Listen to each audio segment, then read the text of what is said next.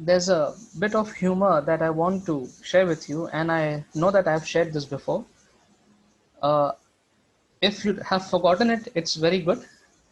But if you do remember a little bit of it, then you can still be amused by it. मैं कुछ थोड़ा सा एक वचन पे आधारित बाइबल पे आधारित एक हंसी की बात है, एक व्यंग है.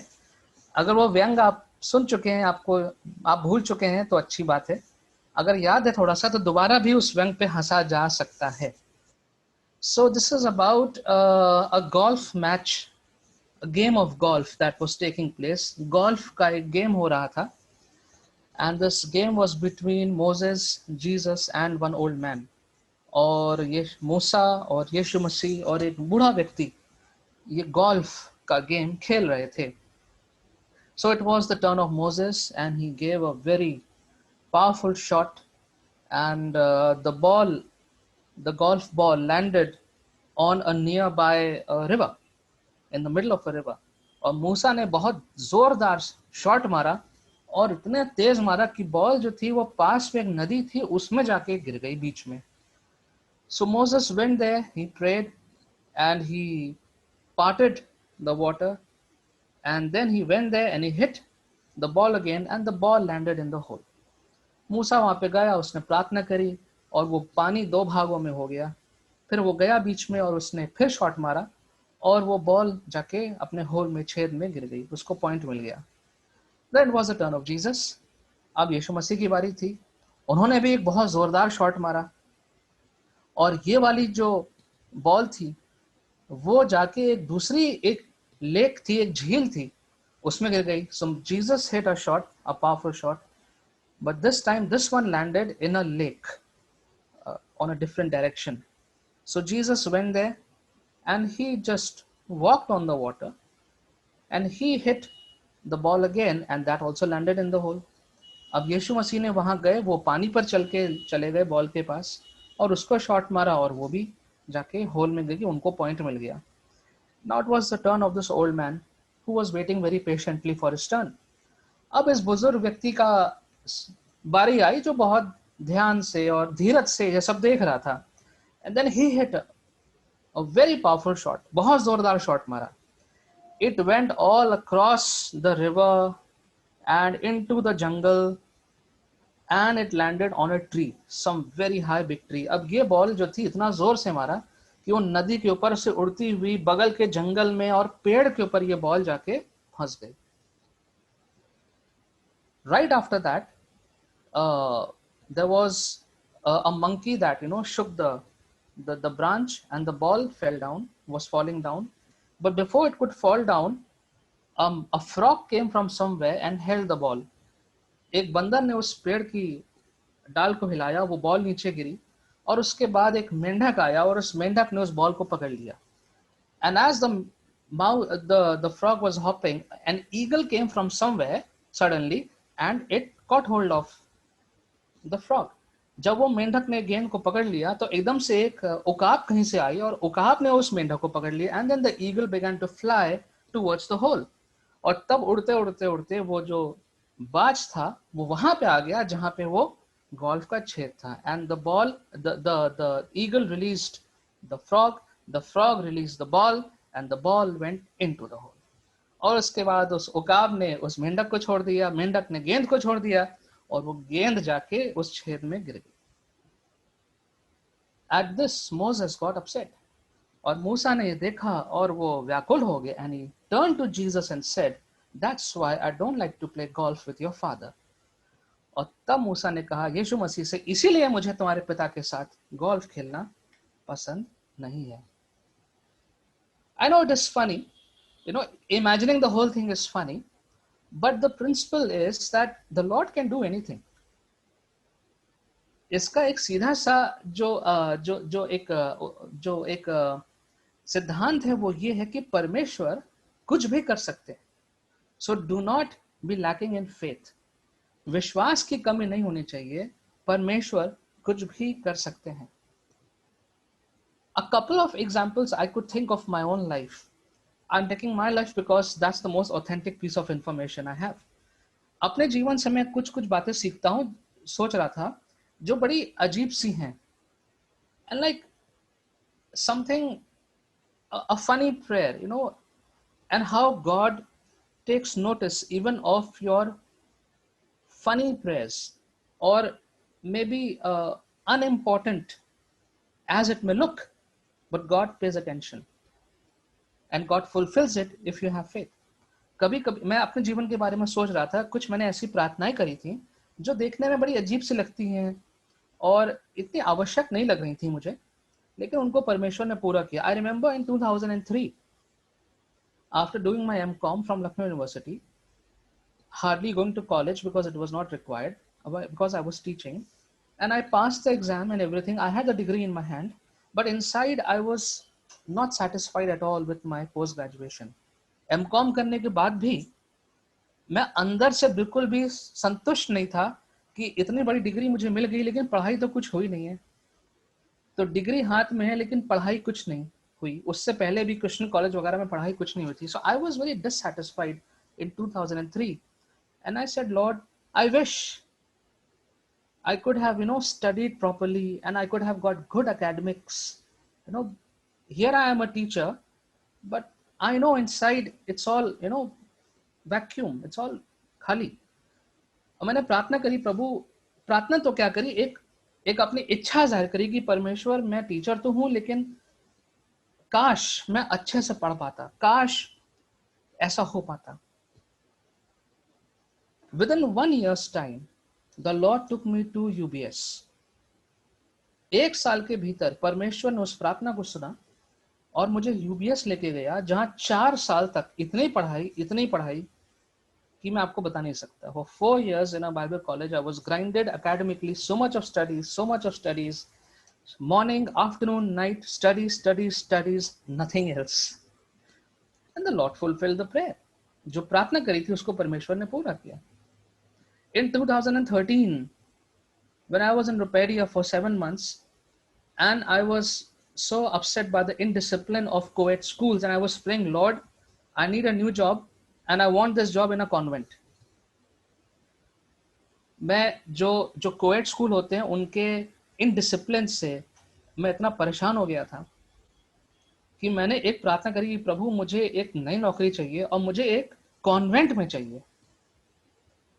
कॉन्वेंट में, क्योंकि वहां पे एक अलग माहौल होता है, सब लड़कियां होती हैं, पढ़ने वाली होती हैं, where I can teach properly and the children will study and they are from good homes and this indiscipline of co-ed will be gone. It was a very funny prayer. Like, who prays that? I should have prayed for a new job, but I'm praying I want a job in a convent. And the next day I got one. It was impossible. Coming to 2020, the third one, I had applied for a law course, a short law course, so that I could use it in the ministry further. It's about a family dispute resolution. And the exam was supposed to be in May 2020. And for that, I had to go to Hyderabad for 2 days during the school tenure, like in May. So I was wondering, how will I take leave, go to Hyderabad? And it's a long distance. I mean, the train will take at least 1.5 days, 2 days, and there's no direct train also every day. And I have to stay there. And then my wife said, no, I'll also come along with you, So I said, okay, now it is double the expense. And then I was booking the air ticket and all that. And then I was wondering, how will I do? And I was not sure. And then this lockdown came. The exams were cancelled. And then we got an email in June. We got an email saying that the paper will come to you by email and it is an open exam. So you can consult your authors, you write with your understanding and you submit it online. And I was like, what? ये आया कि इस परीक्षा में, जो अगस्त में होने वाली है लॉ की परीक्षा, ये आप अपने घर से दीजिए और ओपन एग्जाम है, मतलब आप किताबों को देख सकते हैं और देख करके आप अपना उत्तर लिख के भेज दीजिए. And when I got the question paper, I realized that had I gone to Hyderabad to give this exam properly, I would have never passed. It was so difficult. I'd never had the time to study so much. फिर मैंने देखा कि जब question paper मेरे पास आया कि इतना मुश्किल परीक्षा तो मैं हैदराबाद जाके कभी पास नहीं हो पाता. The Lord help. What am I trying to say? I'm only trying to say that the Lord can do amazing things when we continue to believe in His power. परमेश्वर अद्भुत रीति से काम करता है, कर सकता है, जब हम उस पे अपना विश्वास बना के रखते हैं. Now, this passage that was read today, in NIV, the title of this passage is A Warning Against Unbelief. जो पैसेज आज पढ़ा गया है उसका जो शीर्षक है वो ये लिखा हुआ है कि अविश्वास के प्रति एक चेतावनी. एक चेतावनी है अविश्वास के प्रति. Now, what is unbelief? It is not trusting and following the Lord's principles. परमेश्वर की बातों पर, परमेश्वर के सिद्धांतों पर विश्वास ना करना. It is not having the faith that the Lord will fulfill, that the Lord can fulfill His plans and purposes if we follow Him. यह विश्वास नहीं है हमारे अंदर कि अगर हम परमेश्वर के बताए हुए रास्ते पर चलते रहेंगे तो वो अद्भुत रीति से अपने तरीके से अपनी योजना को हमारे जीवन में अवश्य पूरी करेगा. And when that goes lacking, it becomes an unbelief. जब इस बारे में हम विश्वास करना बंद कर देते हैं तब उससे अविश्वास पैदा होता है. The writer says in verse 8, Today if you hear His voice, do not harden your hearts as you did in the rebellion during the time of testing in the desert. Hindi में पढ़ दीजिए 8वां पर, 7वां और 8वां, 7 and 8 actually. अतः जैसा पवित्र आत्मा कहता है, यदि आज तुम उसका शब्द सुनो तो अपने मन को कठोर ना करो, जैसा कि क्रोध दिलाने के समय और परीक्षा के दिन जंगल में किया था. अगर आज तुम उसका शब्द सुन रहे हो, अगर आज तुम परमेश्वर की आवाज को सुन रहे हो तो अपने हृदय को कठोर मत करो. So today if the Lord is speaking to you and you're listening to His voice, then don't turn your face away. Don't turn your back away to what the Lord is saying. परमेश्वर जो आपसे कह रहे हैं उसको अपने पीठ दिखा के मत जाइए. The question is, how do you and I hear the voice of God? हम और आप परमेश्वर की आवाज को कैसे सुनते हैं? Now it may not be like God speaking to the small boy Samuel. हो सकता है ऐसा ना हो कि सैमुअल को प्रत्यक्ष रूप से परमेश्वर ने कहा सैमुअल सैमुअल. हो सकता है ऐसा ना हो. It may not be like God spoke to Moses face to face. हो सकता है कि ऐसा भी ना हो कि जैसे परमेश्वर ने मूसा से आमने सामने बातचीत करी. हो सकता है ऐसा ना हो. We have the written word of God in so many languages and versions. परमेश्वर का वचन हमारे सामने है इतनी भाषाओं में जो कि प्रिंटेड है, छपा हुआ शब्द हमारे सामने है. We have audio Bibles and Bible apps and softwares. अगर कोई पढ़ नहीं सकता है तो ऑडियो बाइबल है, आप सुन सकते हैं, परमेश्वर के वचन को सुन सकते हैं, बाइबल एप्स के थ्रू जान सकते हैं. We have so many websites, Christian websites. We have so many churches where the word of God is preached. परमेश्वर के इतने सारे भवन हैं जहां उसके वचन का प्रचार होता है. There are so many gospel meetings and seminars. इतने सारे gospel meetings और seminars होते हैं. These are the different ways in which the Lord speaks to you and me today. Besides, He can speak to you directly also. इतने सारे तरीके हैं जिनसे परमेश्वर आपसे और हमसे बातचीत करता है.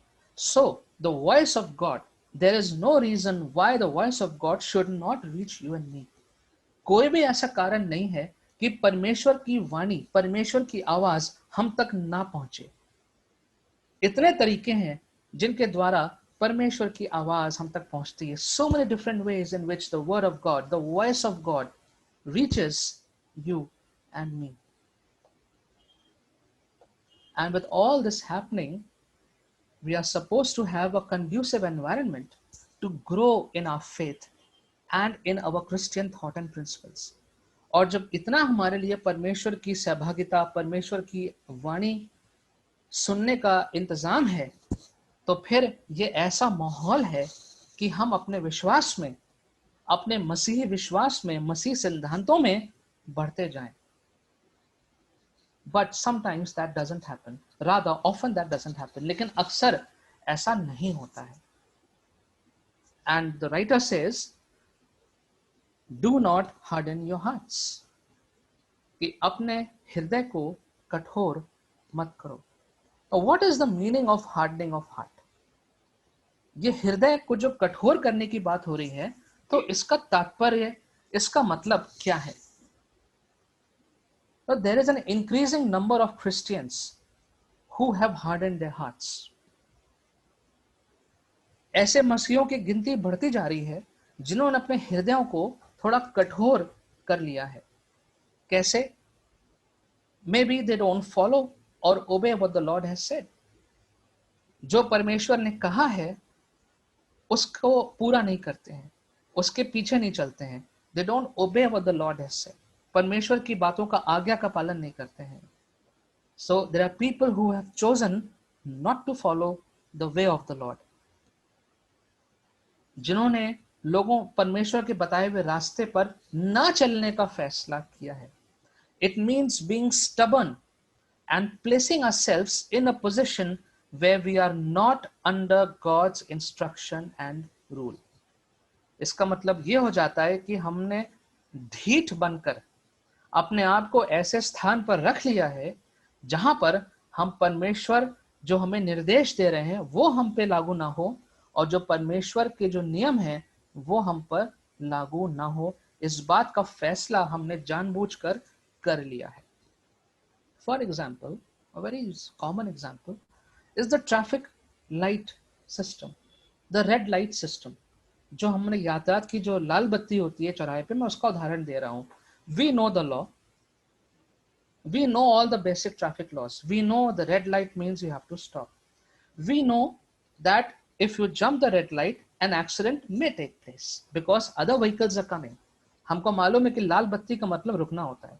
हमको ये भी मालूम है कि अगर लाल बत्ती में से आगे जाएंगे तो शायद दुर्घटना हो सकती है. We know that we may get a ticket.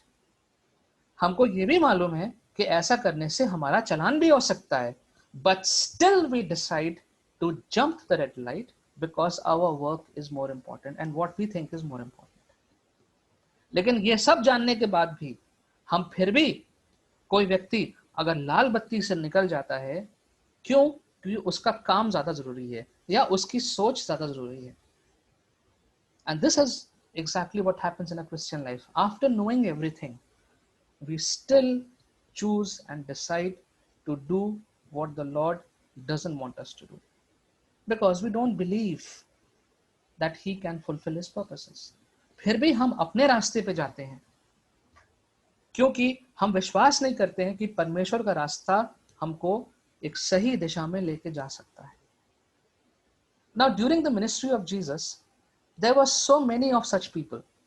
परमेश्वर प्रभु यीशु मसीह की सेवकाई में ऐसे बहुत से लोग थे.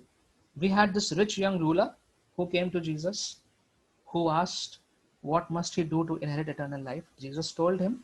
He refused and he went back. जो एक जवान व्यक्ति आया था, शासक आया था, उसने यीशु से पूछा था और उसको यीशु ने बताया, लेकिन वो वापस चला गया, उसने बात नहीं मानी. We had a Judas Iscariot who was a disciple of Jesus, with Jesus for 3.5 years, knowing each and everything,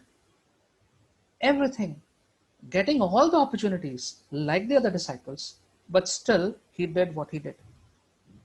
यहूदा था जिसके पास सारा अवसर था यीशु मसीह के साथ रहने का, सुनने का, हर जगह साथ जाने का, सब कुछ उसको मालूम था और शिष्यों की तरह, लेकिन फिर भी उसने वही किया जो उसके अंदर मन में था. You know, in the 19th century, there was this famous German philosopher, Friedrich Nietzsche. 19वीं शताब्दी में एक जर्मन दर्शन शास्त्री था फ्रेडरिक नीचर के नाम से, और इन्होंने एक फिलॉसफी दी और इन्होंने एक शिक्षा दी, और उस शिक्षा का नाम था कि परमेश्वर मर चुका है. He gave the philosophy of the fact that God is dead. He gave a philosophy called that God is dead. Now he was actually a candidate to study theology.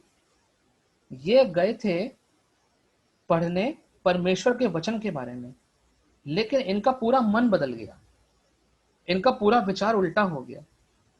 जब ये 44 साल के थे तब इनका मेंटल ब्रेकडाउन हुआ. At 44 he suffered a mental breakdown just at the age of 44. And the next 11 years he spent in a mental asylum. और 44 साल पे जब उनका मेंटल ब्रेकडाउन हो गया, ये पगला से गए, फिर ये दिमाग के अस्पताल में ये 11 साल तक वहां पड़े रहे. And as history tells us that at the end he clenched his fist towards heaven and died. और जैसा कि इतिहासकार बताते हैं कि अपने जब मरने वाला था, अपनी मुट्ठी को यूं आसमान की तरफ दिखा के मर गया. The Israelites had also hardened their hearts towards God.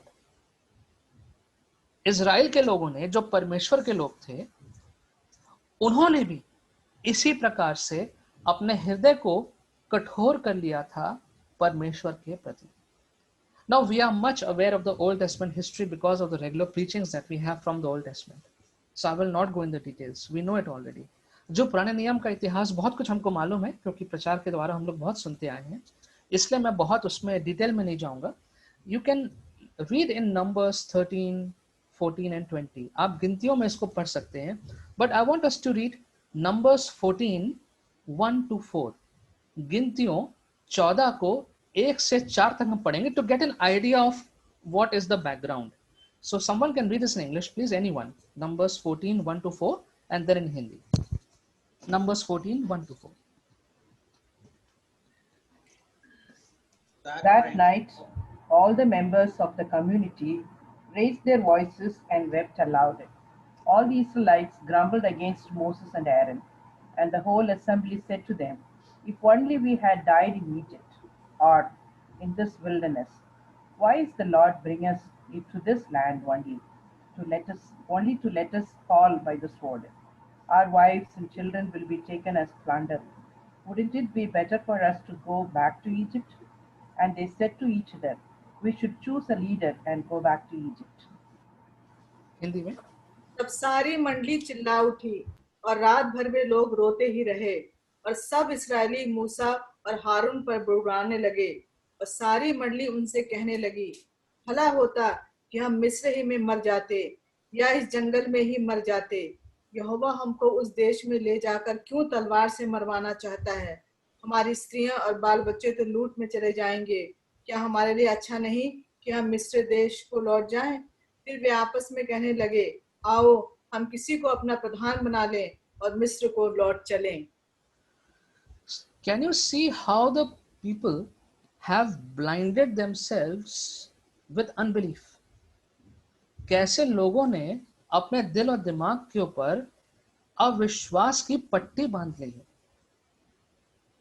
Here they were for so many years, centuries.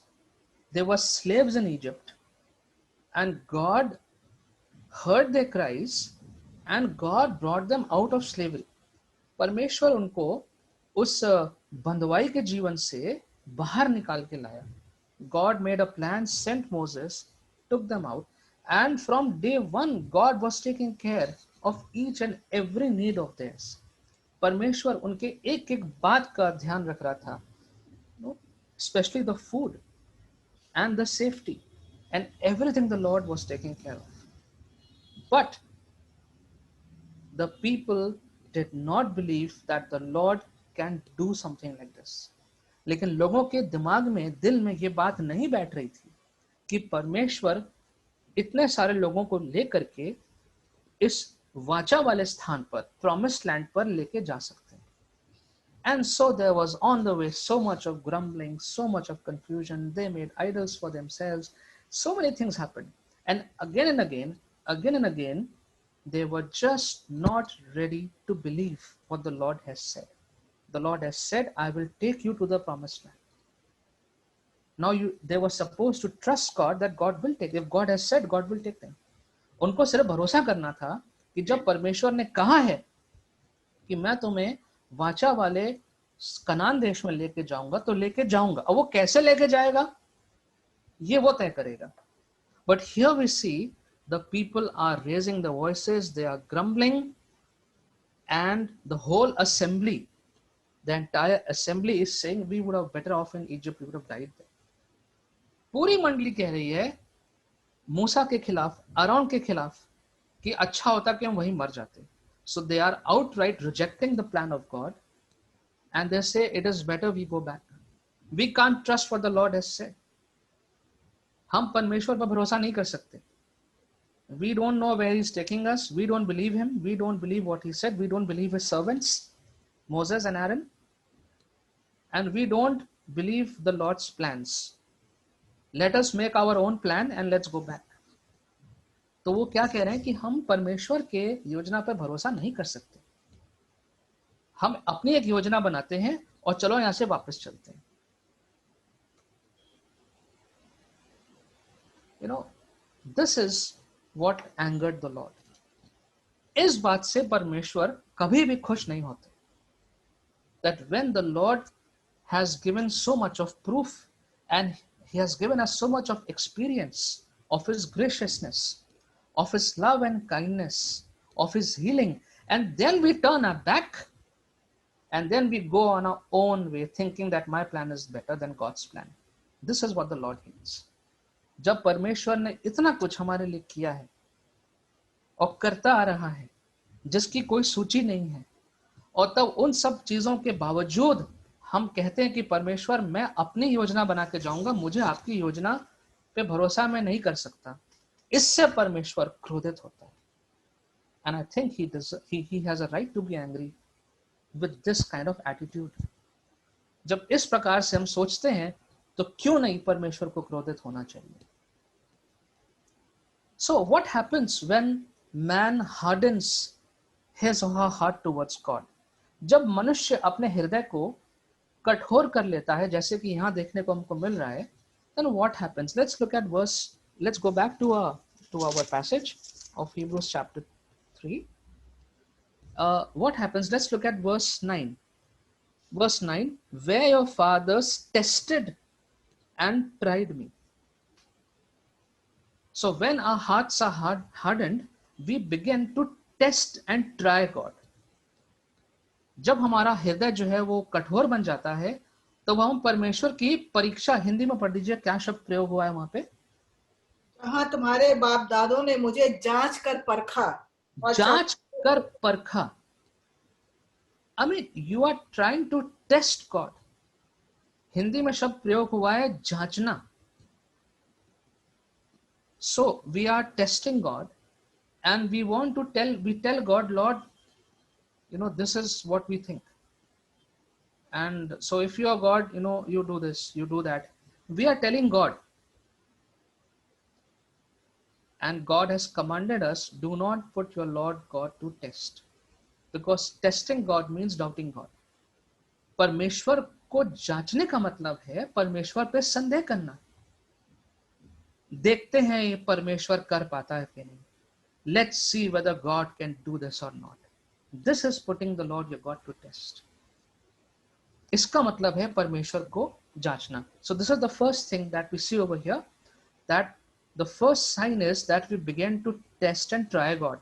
जब हमारे हृदय कठोर बन जाते हैं तो हम परमेश्वर को ही जांचना शुरू कर देते हैं. Let's look at verse 10, the second sign. Verse 10. That is why I was angry with that generation, and I said, their hearts are always going astray. The hearts are going astray. The people whose hearts are hardened, their hearts begin to go astray. Hindi में पढ़ दीजिए 10वां पद. इस कारण मैं उस समय के लोगों से क्रोधित रहा और कहा, इनके मन सदा भटकते रहते हैं. इनके मन सदा भटकते रहते हैं. अगर आपका मन सदा भटकता रहता है इसका मतलब आपका हृदय जो है वो कठोर बन रहा है. तीसरी बात, the third thing, again in verse 10 is, it says, and they have, verse 10, the last part, and they have not known my ways. And they have not known my ways. So I put it in these words that these people are unable to experience God's ways. Those whose hearts are hardened are not able to experience God's ways. ये वाला हिस्सा हिंदी में पढ़ दीजिए. और इन्होंने मेरे मार्गों को नहीं पहचाना. और इन्होंने मेरे मार्गों को नहीं पहचाना. तो जब हृदय कठोर हो जाएगा, जब हम परमेश्वर की पर अविश्वास करेंगे, तो फिर परमेश्वर के मार्गों को पहचान नहीं पाएंगे. We will not be able to understand God's ways. We will be unable to experience God's ways. And let's look at verse 11, the next thing. So I declared on oath in my anger, they shall never enter my rest. Hindi में पढ़ दीजिए 11वां. अब मैंने क्रोध में आकर शपथ खाई, वे मेरे विश्राम में प्रवेश करने ना पाएंगे. कि वो मेरे विश्राम में प्रवेश करने ना पाएंगे. It means that such people will be away from the peace of God. Such people will not be able to experience the peace of God. परमेश्वर की शांति को ये लोग अनुभव नहीं कर पाएंगे. And one more, the fifth one in verse 12. See to it, brothers, that none of you has a sinful, unbelieving heart that turns away from the living God. Which means that the heart will become sinful and it will become unbelieving and it will turn away from God and God's ways. Hindi में पढ़ दीजिए 12वां पद. हे भाइयों, चौकस रहो कि तुम में ऐसा बुरा और अविश्वासी मन ना हो जो तुम्हें जीवते परमेश्वर से दूर हटा ले जाए. तो जीवित परमेश्वर से हम दूर चले जाएंगे. So what happens when we harden our hearts towards God? जब हम परमेश्वर के प्रति अविश्वास से भर जाते हैं, दिलों को कठोर कर लेते हैं, तो क्या होता है? We test and try God. हम परमेश्वर को जांचना शुरू कर देते हैं. Our hearts go astray. हमारे दिल परमेश्वर से दूर चले जाते हैं. We are unable to experience God's ways. परमेश्वर के मार्गों को हम अनुभव नहीं कर पाते हैं, समझ नहीं पाते हैं. We go away from the peace of God. परमेश्वर के शांति को हम अनुभव नहीं कर पाते हैं. And our hearts become sinful and unbelieving. और परमेश्वर के प्रति हमारा हृदय पाप से भर जाता है और हम उसके मार्गों से भटक जाते हैं. Now a question that I want to put before us is, what causes the human heart to harden towards a loving and caring God? What causes the human heart to harden towards a loving and caring God? एक परमेश्वर जो प्रेम करने वाला है, एक परमेश्वर जो हमारा ख्याल रखने वाला है, ऐसे परमेश्वर के प्रति हमारा हृदय कठोर कैसे बन जाता है? What happens that we become so hard-hearted? Verse 13. But encourage one another daily, as long as it is called today, so that none of you may be hardened by sin's deceitfulness. None of you may be hardened by sin's deceitfulness. So the heart is hardened by the deceitfulness of sin. जो पाप है, the sin that is present in the world, that can deceive us and cause us to harden the heart. तो what is deceitfulness? छल या धोखा. और छल और धोखे का मतलब ये होता है that when you are being deceived, that time you don't know. Afterwards only you come to know. That is what deceit is. If someone is trying to fool you, when you are being fooled, you will not get to know. Only afterwards you will get to know that the fraud has taken place. At that time you will think it is real. You will have no doubt. Afterwards you will realize, oh, this was a fraud. जिस वक्त आपके साथ छल या धोखा हो रहा है, उस वक्त आपको पता नहीं चलेगा. उस वक्त आपको लगेगा कि ये तो सही है, यही ठीक है। बाद में आपको पता चला कि ये तो छल था, ये तो धोखा था। And that is what sin does. Sin, which is very much present in the world, it does. It lures you to believe things that are not true, to suggest to you ways which are not right, to suggest to you alternates which are not from God.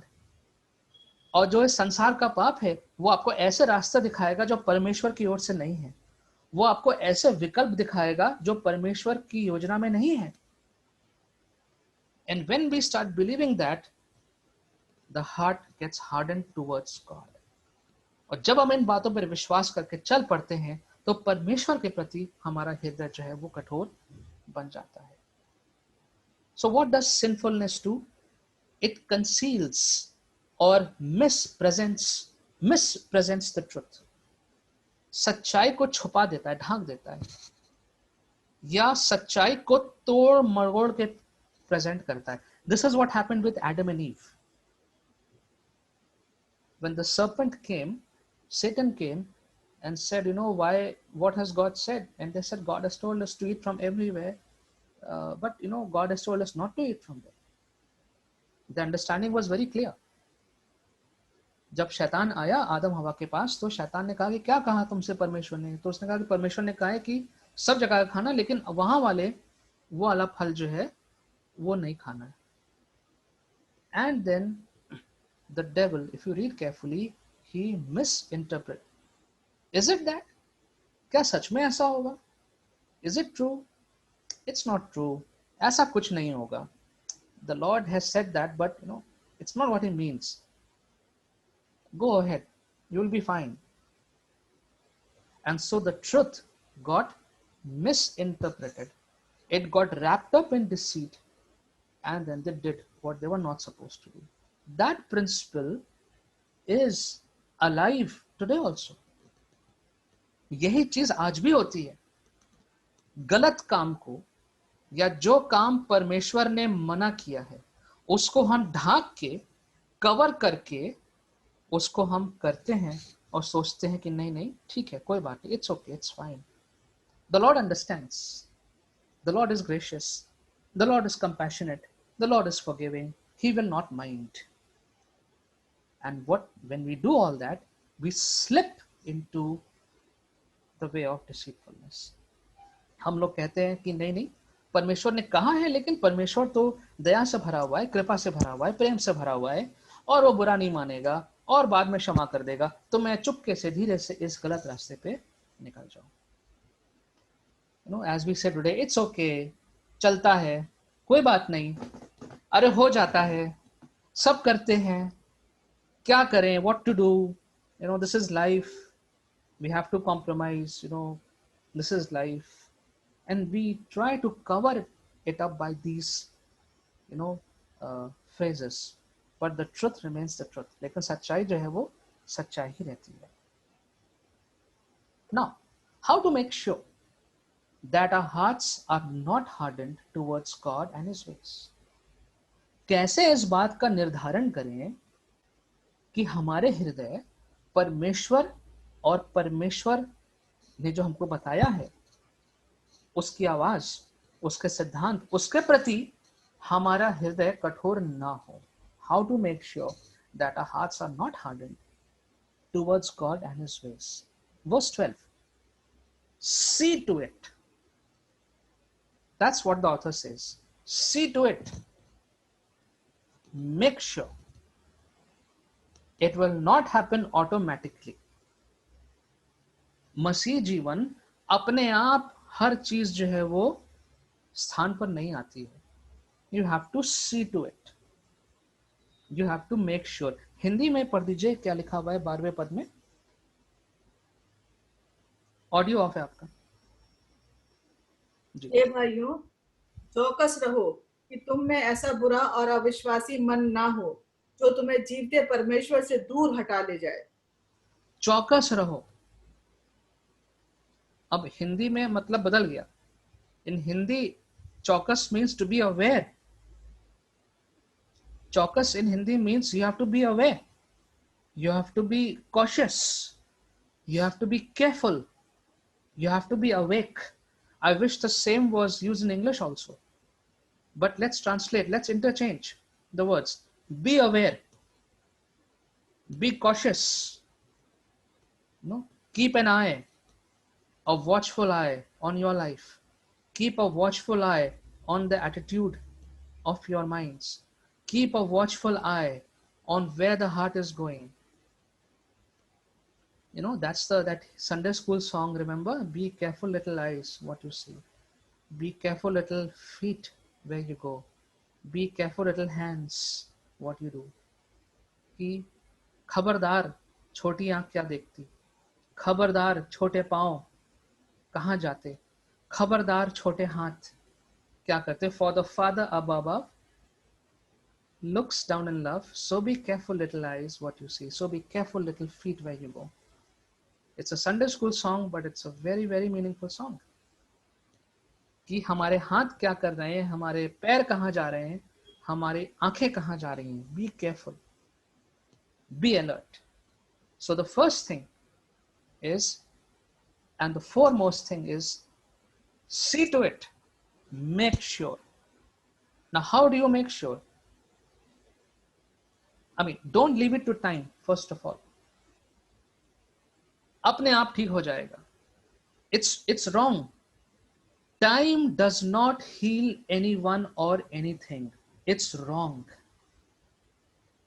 Please make a note of it. We love to say it in English. Time is a great healer. Time is not a healer.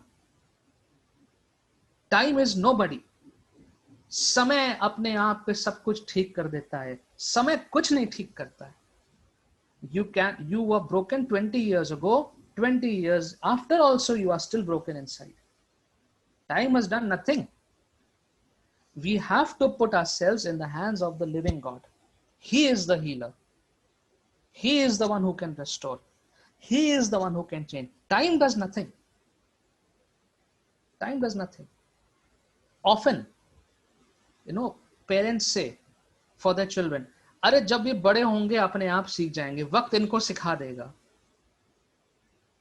Often it is said for boys, oh, when they will grow up, they will understand on their own the family responsibilities.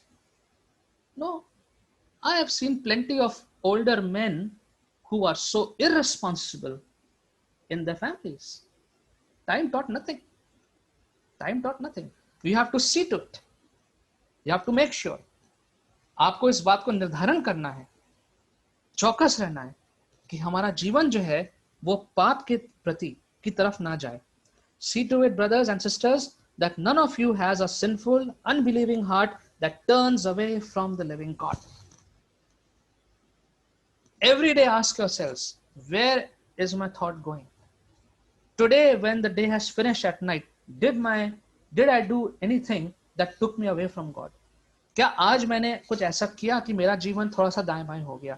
And every day check, and every hour check, and every minute check. See to it, see to it, see to it. This is what the author is saying.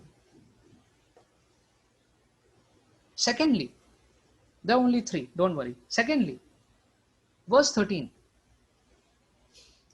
Encourage one another daily, as long it is called today, that none of you may be hardened by sin's deceitfulness. So if you want that your hearts should not be hardened, then another thing that can be done is to encourage one another daily. Daily लिखा हुआ है, हिंदी में पढ़ दीजिए. वरन जिस दिन तक आज का दिन कहा जाता है, हर दिन एक दूसरे को समझाते रहो, ऐसा ना हो कि तुम में से कोई जन पाप के छल में आकर कठोर हो जाए. Now, why is there a need to encourage one another daily? Why can't we just encourage Sunday to Sunday? Or, you know, Sunday, Thursday, Sunday, when we all meet together, you know, like this. Why it is said encourage daily? Because answer is obvious. क्यों कह रहे हैं कि प्रतिदिन एक दूसरे को प्रोत्साहित करो? सिर्फ संडे टू संडे प्रोत्साहित से काम नहीं चलेगा क्या?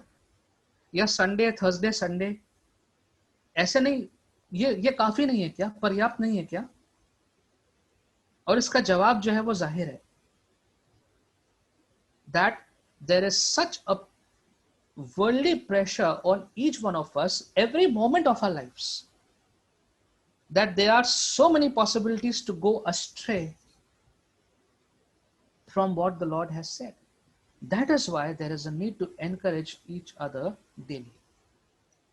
इतना ज्यादा संभावनाएं हैं कि हम परमेश्वर के मार्ग से इधर उधर जा भटक सकते हैं प्रति क्षण प्रतिदिन। तभी लिखने वाला कह रहा है कि प्रतिदिन एक दूसरे को प्रोत्साहित करो। And it's a good thing we have the WhatsApp group, that someone or the other keeps sharing a song, someone or the other keeps sharing a Bible verse, keeps sharing a quotation. कभी ना कभी तो आप कुछ पढ़ेंगे दिन में, कुछ तो देखेंगे, तो क्या होगा? आपको प्रोत्साहन मिल रहा है। You are encouraging one another daily. So let us remember the second thing that can be done: encourage one another daily. And thirdly, verse 14, we have come to share in Christ if we hold firmly till the end the confidence we had at first. Hindi में पढ़ लीजिए। क्योंकि हम मसीह के भागीदार हुए हैं यदि हम अपने प्रथम भरोसे पर अंत तक दृढ़ता से स्थिर रहें। अपने प्रथम भरोसे पर अंत तक दृढ़ता से पकड़े रहें। Our first confidence is the Lord Jesus. Our first confidence is not the parents, is not the children, it is not the job we have, it is not the money you have in the bank, it is not your gifts and talents and capabilities.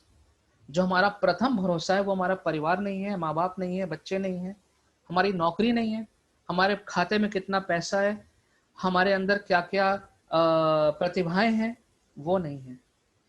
The first confidence, trust is the Lord. And the author is saying, hold firmly to your first confidence. कि जो हमारा भरोसा, प्रथम भरोसा है, उसको अंत तक, it says over here, till the end. It's not saying you hold today, leave tomorrow, then you keep holding for the next 1 month, and again you leave for 2 days. No. Hold firmly till the end. You hold on to the Lord Jesus Christ today, and you keep on holding him firm till your last breath. यीशु मसीह को जब आपने एक बार पकड़ा है तो पकड़े रहिए और अंतिम सांस तक पकड़े रहिए। So why did the Israelites fail?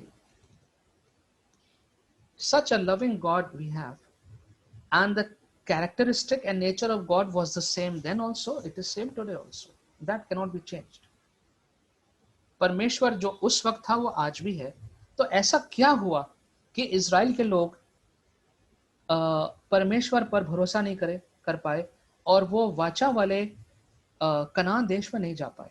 The promise that was given to you, that promise could not be fulfilled. Why? They failed to believe in God's protection. परमेश्वर ने जो उनको सुरक्षा देने का वादा था उसमें उन्होंने भरोसा नहीं कर पाए। They failed to believe in God's provision. परमेश्वर ने जो कहा था कि मैं तुम्हारी आवश्यकताओं की पूर्ति करूंगा, उसमें वो भरोसा नहीं कर पाए। And they failed to believe that God will help them to conquer the giants in the land. कि जो भी शत्रु आसपास के आएंगे, चाहे वो कितने बड़े शत्रु हों, परमेश्वर उनको मदद करेगा उन पे विजय प्राप्त करने की। लेकिन इस बात पर भी वो भरोसा नहीं कर पाए। Of course, we are not in a journey in the wilderness. हम लोग जो हैं वो किसी रेगिस्तान में, जंगल में, हम किसी यात्रा पर नहीं हैं। But we face life with all its beauty and treachery together. हम लोग जीवन का सामना करते हैं, खूबसूरती भी आती है और बुरा समय भी आता है। दोनों चीजें जो हैं वो आती जाती रहती हैं। God says, do not worry, I will provide. परमेश्वर कहते हैं मत परेशान हो, मत व्याकुल हो, मैं पूरा करूंगा। Do we still worry? क्या फिर भी हम परेशान होते हैं? God says, I will heal. परमेश्वर कहता है मैं चंगाई दूंगा. Are we still anxious about our health and the health of our loved ones? क्या फिर भी हम व्याकुल रहते हैं अपनी स्वास्थ्य के लिए और अपने परिजनों के स्वास्थ्य के लिए? God says, don't marry an unbeliever. परमेश्वर कहता है अविश्वासी से विवाह मत करो. Do we trust God to show a godly life partner? क्या परमेश्वर से हम भरोसा करते हैं कि वो हमें एक विश्वासी जीवन साथी प्रदान करेगा? God says, I have a plan for you to prosper you. परमेश्वर कहता है कि मेरे पास एक योजना है तुम्हें आगे बढ़ाने की. Are we patient to receive that plan? क्या हमारे अंदर वो धीरज है कि उस परमेश्वर की योजना को हम प्राप्त करें? Or do we settle with substandard plans that we make? That's true. Many times we settle down for substandard plans. We settle down with substandard life partners. We settle down with substandard way of lives. कितनी बार हम उन चीजों के साथ settle हो जाते हैं, उनको सही मान लेते हैं जो हमारे लिए थी ही नहीं. वो नौकरी हमारे लिए नहीं थी, वो लाइफ पार्टनर आपके लिए नहीं था, वो योजना आपके लिए नहीं थी, लेकिन हम इतना धीरज खो चुके थे कि हम उसको कहा नहीं यही ठीक है. अब पता नहीं परमेश्वर कब करे. I'll give you one last example and I'll finish with that because it's a church and you all know me, so there's nothing to hide. After my ex left and she was able to get the divorce,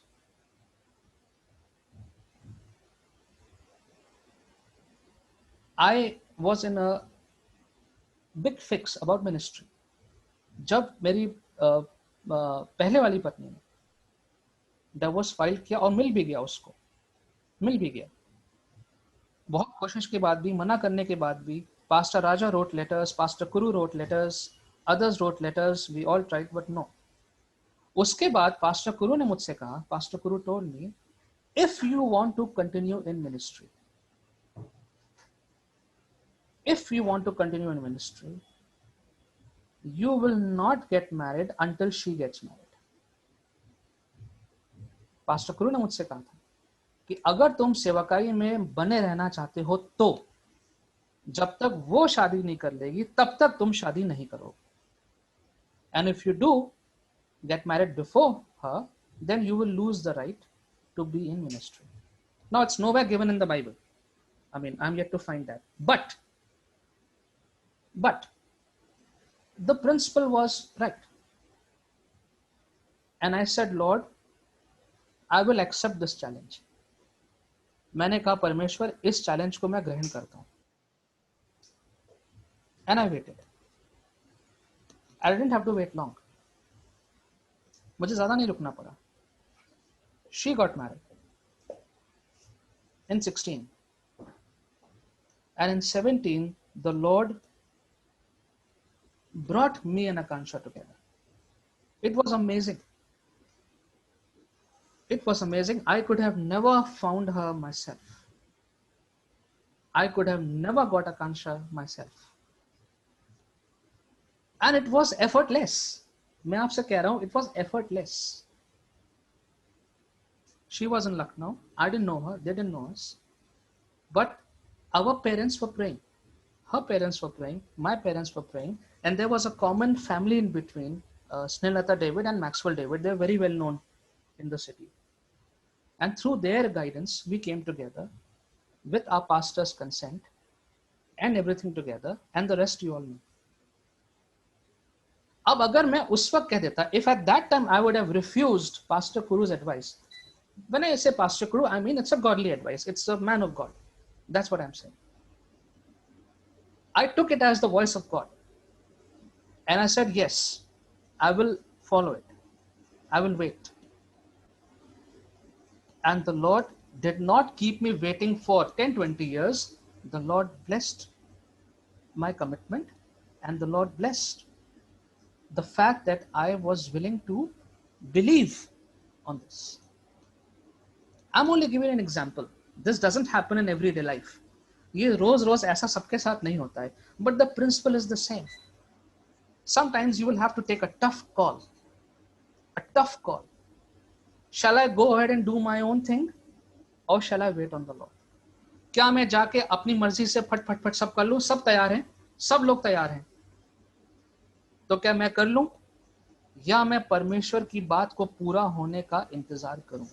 Shall I wait for the Lord to fulfill what he has said? This is the question, my brothers and sisters, which we have to face. ये सवाल आपको और हमको सामना करना है और उसको सही निर्णय लेना है. We need to introspect ourselves and be encouraged. अपने आप को हम जांचें. Let's be like Job, who could have cursed God and died. You know, but he kept the faith. अय्यूब जो था वो परमेश्वर को श्राप दे करके, जैसा कि उसकी पत्नी ने कहा था, वो श्राप देके मर जाता, लेकिन उसने ऐसा नहीं किया. He kept the faith and God blessed him. Or like Daniel's friends who refused to bow down to Nebuchadnezzar's idols. या डैनियल के दोस्तों की तरह जिन्होंने मना कर दिया कि चाहे जो हो जाए, चाहे परमेश्वर ना बचाए, आज जान ले ले हमारी, लेकिन हम इस मूर्ति के सामने झुकेंगे नहीं, तो नहीं झुकेंगे, चाहे जो हो जाए. The Lord bless them. So all these people and many more did not harden their hearts towards God. They were mindful of God. इन सब लोगों ने परमेश्वर के प्रति अपने हृदय को कठोर नहीं किया, अपने रास्ते पर नहीं चले गए. And to such people God promises his eternal rest. ऐसे लोगों को परमेश्वर अपनी हमेशा की अनंत काल की शांति परमेश्वर प्रदान करता है. If not in this life, most assuredly in the life to come. हो सकता है इस जीवन काल में हर चीज पूरी ना हो पाए, कोई बात नहीं, लेकिन जो जीवन आने वाला है, पूरा पूरा भरोसा रखिए परमेश्वर के वचन पे. That you will be in God's rest. And so as you hear his voice through various means, make sure you don't disobey him. जब परमेश्वर की आवाज को अलग अलग तरीके से सुनते हैं, तो फिर उसकी आवाज को सुन के उसकी आज्ञा का पालन कीजिए. Wait on the Lord, be patient, trust him, keep praying. He will bless you. परमेश्वर का इंतजार करिए, धीरज रखिए, भरोसा रखिए, प्रार्थना करते रहिए, वो अवश्य आपको आशीषित करेगा. Let's pray. Father, we thank you that you are a God who is loving and kind and has wonderful plans for all his children. परमेश्वर, आप ऐसे परमेश्वर हैं जो प्रेम से भरे हुए हैं, करुणा से भरे हुए हैं, और अच्छी योजनाएं आपके पास हैं अपने बच्चों के लिए. Lord, we know that the world, because of its sinful nature, tries to send us into the paths of destruction. परमेश्वर, ये संसार और संसार की का पाप हमें गलत दिशाओं में भेजना चाहता है. Help us, Lord, to listen to your voice. Help us, Lord, to not get into the trap of unbelief. परमेश्वर, आपकी आवाज को सुने और अविश्वास के जाल में ना फंसे. If any one of us is struggling this morning with any of such an unbelief situation, Lord, pull us out and draw us to yourself into the right path. परमेश्वर, आज की सुबह अगर कोई भी इस प्रकार के अविश्वास के जाल में फंस रहा है, ऐसी बातों में फंसा हुआ है, परमेश्वर, उसको निकाल करके आप अपनी नजदीकी में और अपने रास्ते पे उसको कर दीजिए. We pray, Lord, that you will speak to us, help us to introspect our own lives and to always trust you and follow you and wait on you. परमेश्वर, हम हमेशा आपकी आवाज को सुने, आप पे भरोसा रखें और आप पे इंतजार करते रहें. In Jesus' name we ask.